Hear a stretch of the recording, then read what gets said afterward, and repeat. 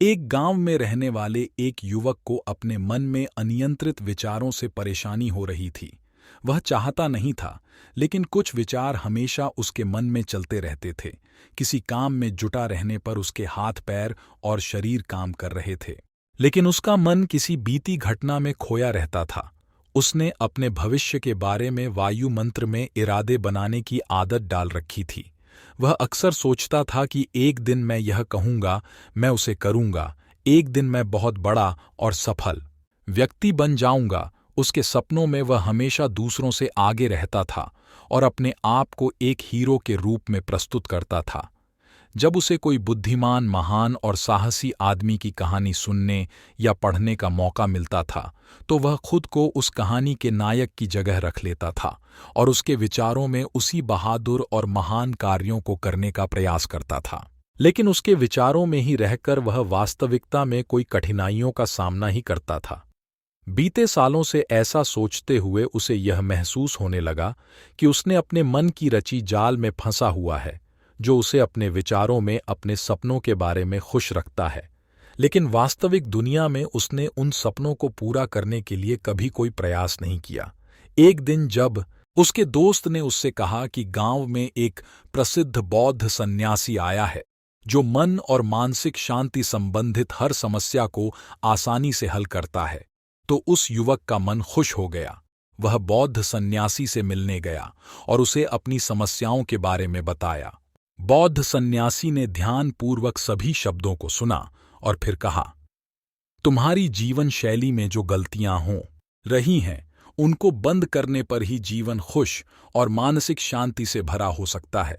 तुम कौन कौन सी गलतियां कर रहे हो और अपने मन को कैसे साफ कर सकते हो, आज मैं तुम्हें इसके बारे में विस्तार से बताऊंगा। ध्यान से सुनो। पहली गलती है पर्याप्त नींद नहीं मिलना। पर्याप्त नींद नहीं मिलना शरीर और मन को कई तरीकों से हानि पहुंचाता है। यदि तुम्हें पर्याप्त नींद नहीं मिलती तो तुम्हारी याददाश्त कमजोर हो जाती है। तनाव, चिढ़ापन, हमेशा थका हुआ महसूस करना और चेहरे पर चमक की समस्याएं हो सकती हैं। इसके अलावा कम नींद भी मस्तिष्क की क्षमता को प्रभावित करती है। समस्याएं हल करने की ब्रायन की क्षमता पर असर करती है और तुलनात्मक अध्ययन करने में मस्तिष्क को कठिनाई होती है। इसलिए हर दिन कम से कम 5 से 6 घंटे गहरी नींद को बचाना महत्वपूर्ण है। नींद हमारे जीवन में एक महत्वपूर्ण स्थान पर है, क्योंकि यह हमारे शारीरिक और मानसिक स्वास्थ्य को सुरक्षित रखने का माध्यम है।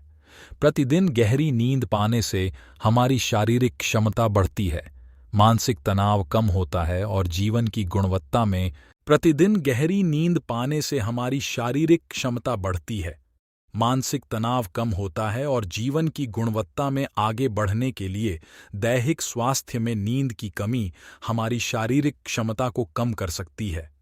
लगातार नींद की कमी से ही जीवन की गुणवत्ता बिगड़ती है, बल्कि हमारे शरीर की इम्यून सिस्टम कमजोर होने लगती है, जिससे रोग का खतरा बढ़ता है। और मानसिक स्वास्थ्य के पहलू में नींद की कमी मानसिक तनाव और चिंता बढ़ा सकती है, जिससे आपके दैहिक योजनाओं, निर्णय लेने की क्षमता और उत्साह पर असर हो सकता है।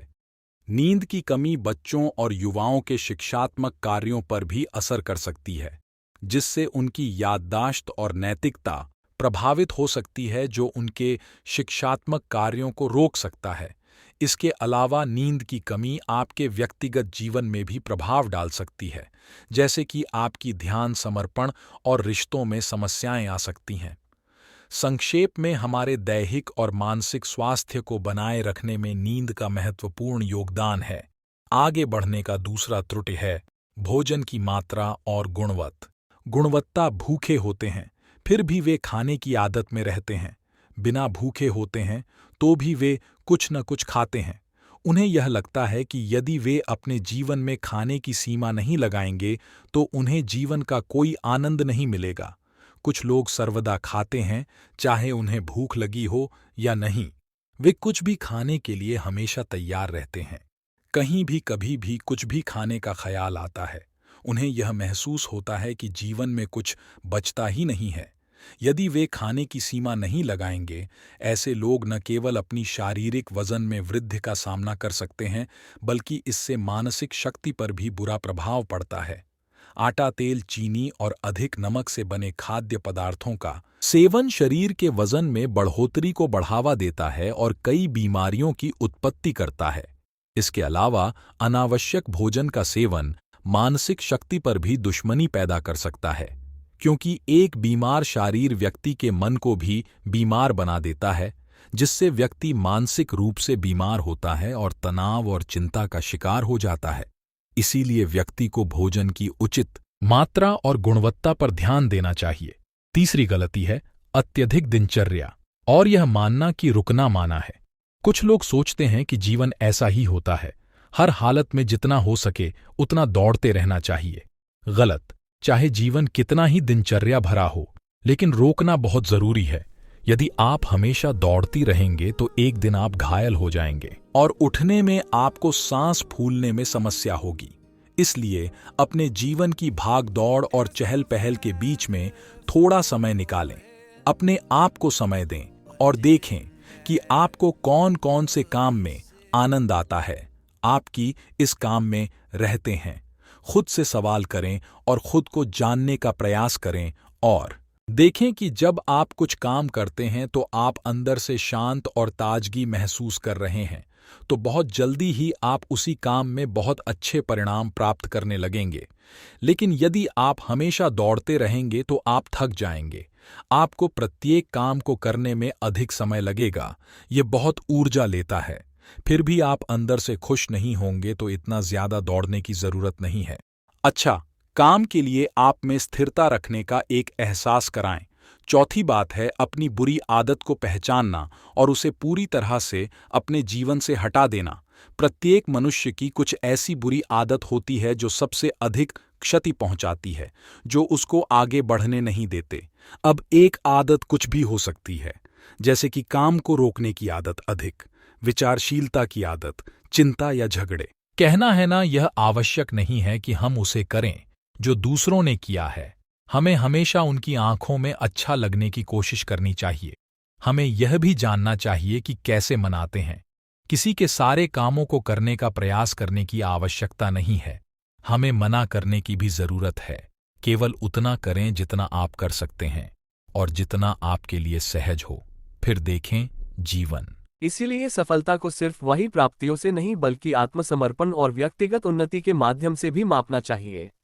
आखिरी गलती खुद को स्वीकृति नहीं करना। आपको खुद को स्वीकार करना चाहिए, अपनी सफलताओं का आनंद लेना चाहिए और खुद को प्यार करना चाहिए। अपने अच्छे गुणों को पहचाने और उन्हें बढ़ावा दे, लेकिन साथ ही अपनी कमजोरियों को भी स्वीकारे और उन पर काम करे। खुद को स्वीकृति देना ही एक स्वस्थ और संतुलित जीवन का कुंजी है।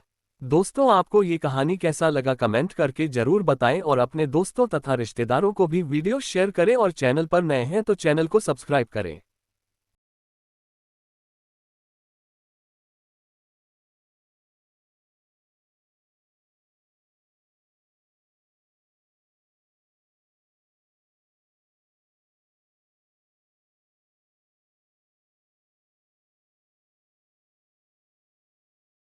Dois, três. Isso, dá. Tira 2 livros. Isso. Pega o outro. Tira o outro.